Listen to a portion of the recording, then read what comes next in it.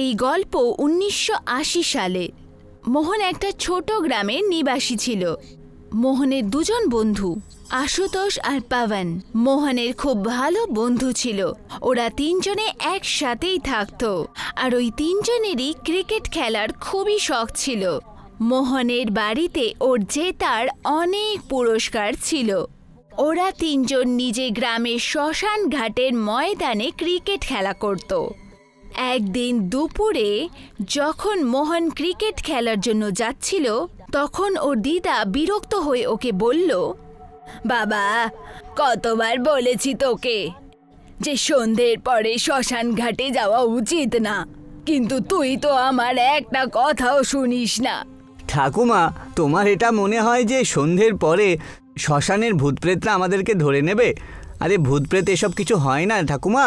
মোহন নিজের দিদার কথা শুনে হেসে ঘর থেকে বেরিয়ে গেল আর সোজা ওই শ্মশান ঘাটের মাঠেও পৌঁছে গেল, যেখানে ওর বন্ধুরা ওর অপেক্ষা করছিল।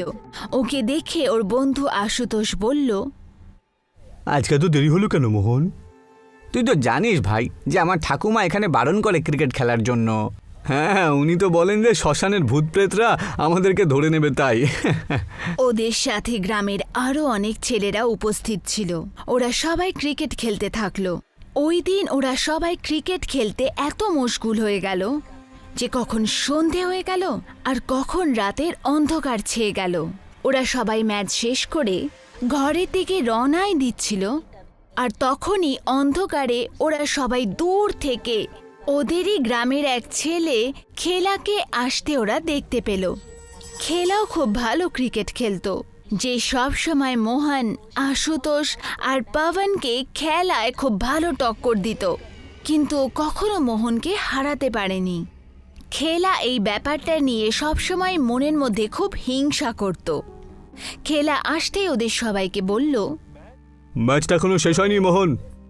একটা গেম তোর আমার সাথেও খেলবি নাকি? তোদেরকে আমি হারিয়ে দেবো, দেখবি। যদি তাই হয় তাহলে কালকেই ম্যাচ রাখছি, তারপর দেখা যাবে কে কাকে হারাবে। এইটুকু বলেই মোহন ওখান থেকে যেতে থাকলো, কিন্তু খেলা মোহনের হাত ধরে নিল। এত গরমেও খেলার হাত বরফের মতো ঠান্ডা ছিল। রাতের অন্ধকারে ওর চোখ একদম সাদা দেখাচ্ছিল, যেন ওর চোখের পাতা পড়ছিলই না। মোহন তাড়াতাড়ি নিজের হাত খেলার থেকে ছাড়িয়ে নিয়ে বলল, আমরা অনেকক্ষণ ধরে এখানে ম্যাচ খেলছি, এখন ক্লান্ত হয়ে পড়েছি। আরে এটা বলছিস না কেন যে তুই ভয় পেয়ে গেছিস? হ্যাঁ, আমরা কখনো ভয় পাই না। তুই যতবার আমাদের সাথে খেলেছিস ততবার হেরেছিস। আশুতোষ একদম ঠিক বলছে। শোন, আর খেলতে হবে না, তোকে হেরে যাবি, তারপর কাঁদতে কাঁদতে তুই তোর বাড়ি যাবি। কে কাঁদতে কাঁদতে বাড়ি যাবে? কিছুক্ষণের পরিসরে জানতে পারা যাবে। আজকে আমার সঙ্গে তোদেরকে খেলা খেলতেই হবে। হ্যাঁ, খেলা জেদ করছিল আর ও সবাইকে ভালো মন্দ বলতে শুরু করলো। ঠিক আছে খেলা, আজকে আমরা সব কিছু প্রমাণ করিয়ে দেব। আজকে যদি তুই আমাদের সাথে হেরে যাস তাহলে আর কখনো বলবি না যে ম্যাচ খেলার জন্য। কি বলিস বল? সে তো আমি এমনিতেই কোনোদিন খেলতে পারবো না, কিন্তু মনে রাখিস, আমার বোলিংয়ে যদি তোদের মধ্যে কেউ একজন আউট হয়েছিস, সে কিন্তু এই দুনিয়া থেকে চলে যাবে। খেলার কথা সবার খুবই অদ্ভুত লাগলো, কিন্তু প্রত্যেকে এই কথাটাকে অবজ্ঞা করে দিল। কিছুক্ষণের মধ্যেই টস হয়ে গেল আর খেলার ব্যাটিং এলো। মোহন হেসে বলল, আরে তুই তো টসেই হেরে গেলি খেলা। আমি বোলিং করলে তুই বেশিক্ষণ এমনিতেই টিকতে পারিস না। কিছুক্ষণের মধ্যেই ক্রিকেট শুরু হয়ে গেল, কিন্তু মোহনের টিম দেখল মোহনের প্রত্যেকটা বলে খেলা ছক্কার পর ছক্কা মেরে যাচ্ছিল। সবাই খেলাকে এইভাবে খেলতে দেখে অবাক হয়ে গেল। আশুতোষের কেন জানি না এইসব খুবই অদ্ভুত লাগছিল। রাতের অন্ধকারে শ্মশান ঘাটে খেলার মুখ খুবই ভয়ঙ্কর লাগছিল। মোহন, আমার কিছু একটা গন্ডগোল মনে হচ্ছে। খেলা খুব ভালো খেলে, তাতে কোনো সন্দেহ নেই, কিন্তু খেলার মধ্যে এরকম ফুর্তি আমি কখনো দেখিনি। মনে হচ্ছে আজ একটু বেশি জোশে রয়েছে আশুতোষ, তুই একটু বেশি ভাবনা চিন্তা করছিস। 2 ওভারের ম্যাচে খেলা প্রত্যেক বলেই ছক্কা মারছিল। খেলাকে হারানো মোহনের টিমের পক্ষে এখন অসম্ভব হয়ে দাঁড়াচ্ছিল। এখন ব্যাটিংয়ের সুযোগ মোহনের এলো। তখন মোহনের হাত থেকে ব্যাট আশুতোষ নিয়ে নিল আর বলল, প্রথম ব্যাটটা আমি করব। তুই কি আমার উপর বিশ্বাস করতে পারিস না? ভরসা আছে, কিন্তু আমাদের টিমে সব থেকে ভালো খেলোয়াড়, আর ভালো খেলোয়াড় সবসময় শেষের দিকেই নামে রে, বুঝলি? মোহন আশুতোষের কথা মেনে নিল, কিন্তু দেখতে দেখতেই একটা বলে খেলা আশুতোষকে আউট করে দিল। আশুতোষ নজর নিচে রেখে চলে গেল। এখন ব্যাটিংয়ের সুযোগ পবনের ছিল। খেলা একটা বলেই পবনকে আউট করে দিল। এখন সব টিমের দায়িত্ব মোহনের ওপরেই ছিল, কিন্তু দেখতে দেখতেই খেলা একটা বলে মোহনকেও আউট করে দিল। প্রত্যেকে এই অসম্ভব দৃশ্য অবাক হয়ে দেখতে থাকলো। মোহন চোখ নিচে নামিয়ে আশুতোষের কাছে এসে দাঁড়িয়ে গেল আর বলল, আচ্ছা ঠিক আছে ভাই, আজকে তুই আমাদের সাথে জিতে গেলি। শর্ত এটা ছিল না যে তোরা তিনজনে হেরে চলে যাবি। শর্ত এটা ছিল যে তোরা যদি হেরে যাস তাহলে বেঁচে ফিরতে পারবি না। আরে আমরা তো মজা করছিলাম শুধুমাত্র, তুই কি এতটা সিরিয়াস নিয়ে নিয়েছিস? আশুতোষ এইটুকু বলেই ছিল যে হঠাৎ একই ঝটকায় খেলা আশুতোষের মাথা ধর থেকে আলাদা করে নিচে ফেলে দিল। আশুতোষের ধর থেকে রক্তের বন্যা বইতে লাগলো, আর ওর আর্তনাদে পুরো শ্মশানের চারপাশ কাঁপতে লাগলো। এই দৃশ্য দেখে সব ছেলের হাত ঠান্ডা হয়ে গেল। ওরা প্রত্যেকেই দেখল খেলার চেহারা অসম্ভব ভয়ঙ্কর হয়ে উঠেছিল। ওর চেহারা দেখে এমন মনে হচ্ছিল যেন ও শ্মশান ঘাটের চিতা থেকে এক্ষুনি উঠে এসেছে। দেখতে দেখতে খেলা পবনের ওই একই হাল করল। মোহন ও বাকি ছেলেরা সেখান থেকে ভয় পেয়ে দৌড়াতে থাকলো, আর খেলা ওদেরও পিছু ধাওয়া করলো। দৌড়াতে দৌড়াতে হঠাৎই মোহন ওদের গ্রামেরই কিছু লোককে এদিকে আসতে দেখল, যারা কিনা কারোর চিতা নিয়ে যাচ্ছিল। মোহন ও বাকি ছেলেরা দৌড়ে ওখানে পৌঁছালো, আর ওদের মধ্যে একজন ব্যক্তি যার নাম কিনা সুরেশ ছিল তাকে সব ঘটনা খুলে বলল। ওই ছেলেদের কথা শুনে ওরা সবাই চিতা নিচে রেখে দিল। আরে তোমরা কি পাগল নাকি? কি আজেবাজে কথা বলছো তোমরা? আমি নিজের চোখে দেখেছি সুরেশ দাদা। খেলা আমার দুই বন্ধুকে খুব নৃশংসভাবে মেরে ফেললো। ওর মুখটা খুবই ভয়ঙ্কর হয়ে উঠেছিল তখন। মনে হচ্ছে তুমি সব কথা জানো না মোহন। খেলা তোমার বন্ধুদের কি করে মারতে পারে? আপনি যদি আমাদের কথা বিশ্বাস না করতে পারেন তাহলে এই ছেলে দুটোকে জিজ্ঞাসা করুন তো। এরা সবাই নিজের চোখে দেখেছে ওকে। যদি তাই হয় তাহলে শোনো, কয়েক ঘন্টা আগে খেলা তো তোমাদের সাথে খেলা করার জন্যই আসছিল, কিন্তু আসার সময় একটা বাড়ির দেওয়াল ওর ওপরে পড়ে যায়, আর খেলা সেই মুহূর্তেই মারা যায়, বুঝেছো? এই যে চিতারা দেখছো না, এটা খেলারই চিতা গো। এইটুকু বলেই সুরেশ চিতার ওপর থেকে কাপড় সরিয়ে দিল। এইটুকু দেখে মোহন ও বাকি ছেলেদের চোখ ভয়ে বাইরে বেরিয়ে এলো। ওরা প্রত্যেকে দেখল যে ওটা খেলাই ছিল। মোহন কাঁপতে কাঁপতে আর ভীত অবস্থায় দৌড়াতে দৌড়াতে নিজের বাড়ি এসে পৌঁছালো, আর সব কিছু এসেও নিজের দিদাকে বলল। আর ওই রাতেই আশুতোষ আর পবনের দেহ পাওয়া গেল, আর ওদেরও চিতা খেলার পাশেই জ্বালিয়ে দেওয়া হলো। মোহন এই ঘটনার পরে অনেক দিন ধরে অসুস্থ ছিল। এখন মোহন বুড়ো হয়ে গেছে, কিন্তু যখনই ও এই ঘটনার কথা মনে করে তখনই ও ভয় কেঁপে ওঠে। ওটা খেলারই অতৃপ্ত আত্মা ছিল।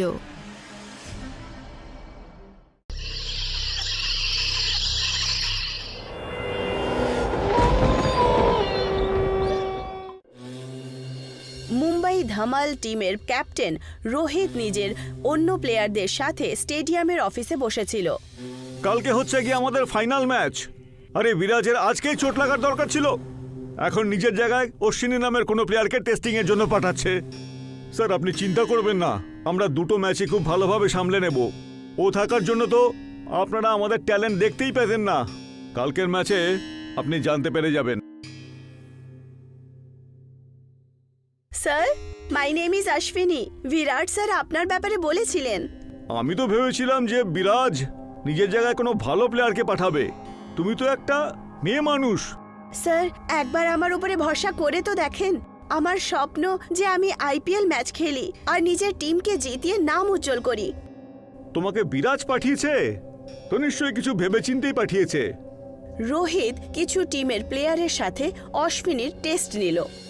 অশ্বিনী মেয়ে হওয়া সত্ত্বেও খুব ভালো খেলল, আর এটা দেখার পর সবাই অবাক হয়ে যায়।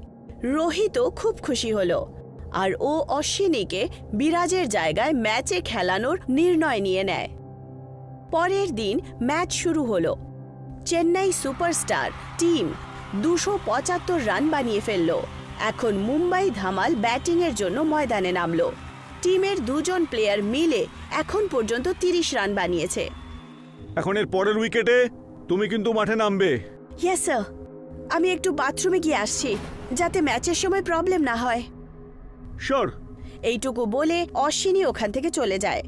নিশান্ত রাঘবকে ইশারা করলো আর ওরা দুজন অশ্বিনীর পেছনে পেছনে যায়।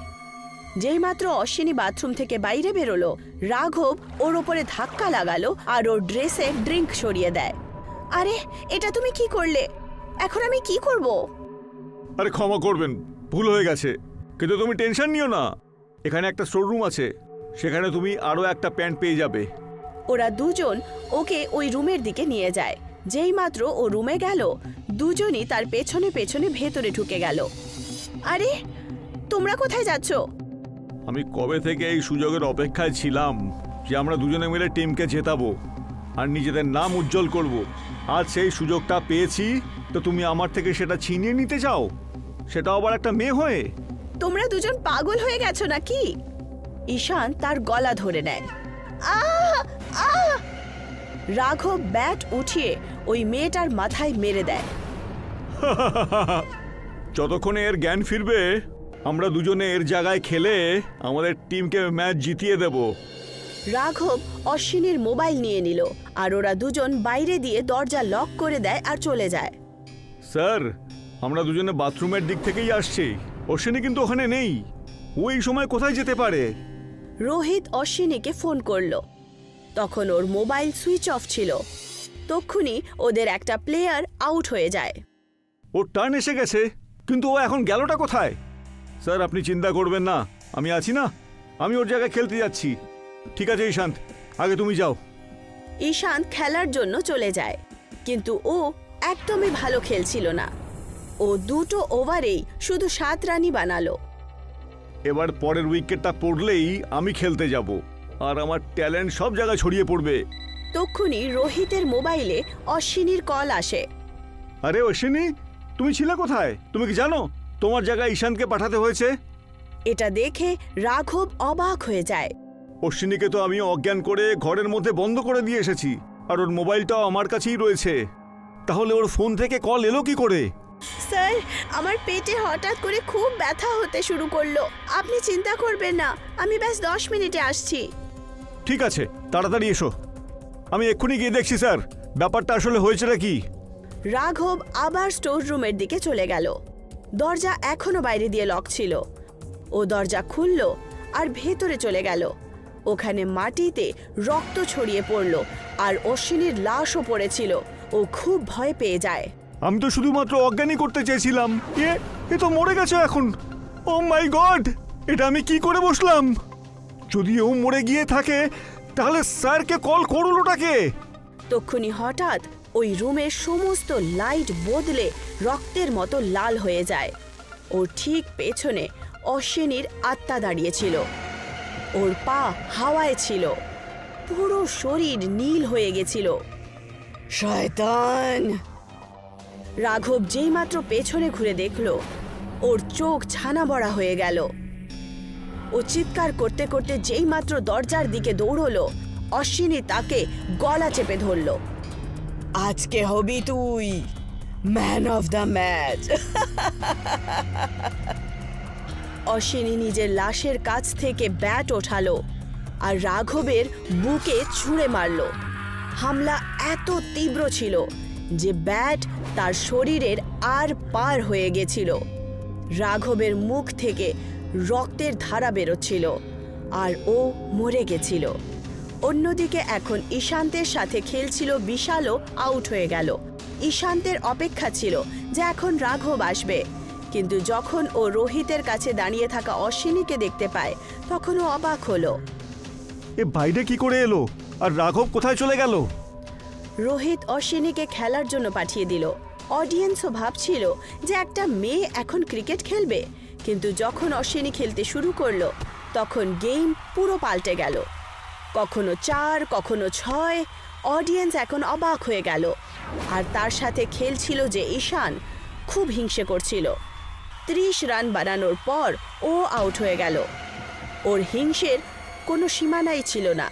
তারপর 4 জন প্লেয়ার আরও আউট হলো, কিন্তু অশ্বিনী লাস্ট অবধি খেলতে থাকলো।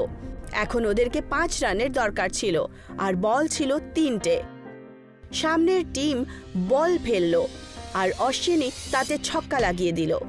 এটা দেখে পাবলিক নিজের সিটের থেকে দাঁড়িয়ে পড়ে, সবাই তালি বাজাতে শুরু করলো। রোহিত প্রচণ্ডভাবে খুশি হলো। রাঘবের এখনো পর্যন্ত কোনো ঠিকানা ছিল না। ট্রফি নেওয়ার পর টিম আবার স্টেডিয়ামে পৌঁছলো, কিন্তু স্টেডিয়ামে পৌঁছতেই অশ্বিনী রহস্যময়ীভাবে উধাও হয়ে যায়। ওর মোবাইলও সুইচ অফ ছিল। রোহিত অশ্বিনী আর রাঘবের মিসিং রিপোর্ট পুলিশ স্টেশনে লিখিয়ে দেয়। যদিও অশ্বিনী না হতো তাহলে তো আমি ম্যাচটাকে জিতিয়ে দিতে পারতাম। এই রাঘবটাও না জানে কোথায় পালিয়ে গেল। তক্ষুনি ওর কাছে রোহিতের ফোন আসে। আপনি কি রাঘবের কিছু খবর পেলেন? রাঘব আর অশ্বিনীর লাশ স্টেডিয়ামের স্টোর রুম থেকে পাওয়া গেছে। বুঝতে পারছি না আমি এটা হলো কি করে। তক্ষুনি হঠাৎ করে ওর রুমে একদম অন্ধকার হয়ে গেল। কেউ তার গলা টিপে ধরলো, আর ও অজ্ঞান হয়ে গেল। যখন ও জ্ঞান ফিরল তখন ও প্রচণ্ডভাবে অবাক হলো, কারণ ও ওই স্টেডিয়ামেই দাঁড়িয়েছিল। ও পিচে দাঁড়িয়েছিল। ওর সামনেই ওর ব্যাট মাটিতে পড়েছিল। অশ্বিনীর ভয়ঙ্কর আত্মা হাতে বল নিয়ে তার ঠিক সামনে পিচে দাঁড়িয়েছিল। তোর খুব শখ ছিল না ম্যান অফ দ্য ম্যাচ হওয়ার? এখন নিজের স্বপ্ন পুরো কর, কারণ আজ তোর জীবনের শেষ ম্যাচ হবে। বাঁচাও বাঁচাও! এইটুকু বলে সে ওখান থেকে পালাতে শুরু করে। অশ্বিনী উড়তে উড়তে গেল, আর ও নিশান্তের পেটে স্ট্যাম্প ঢুকিয়ে দিল। আমি তোমার কিন্তু কোনো ক্ষতি করিনি। আমি তোমাকে মারার কোনো চেষ্টাই করিনি। আমি তো আমার স্বপ্ন মরার পরেও পূরণ করে ফেললাম, কিন্তু আফসোস তুই বেঁচে থাকতেও করতে পারলি না।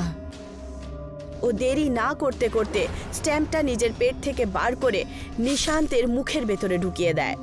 ওর মুখ দিয়ে রক্তের ধারা বইতে লাগলো।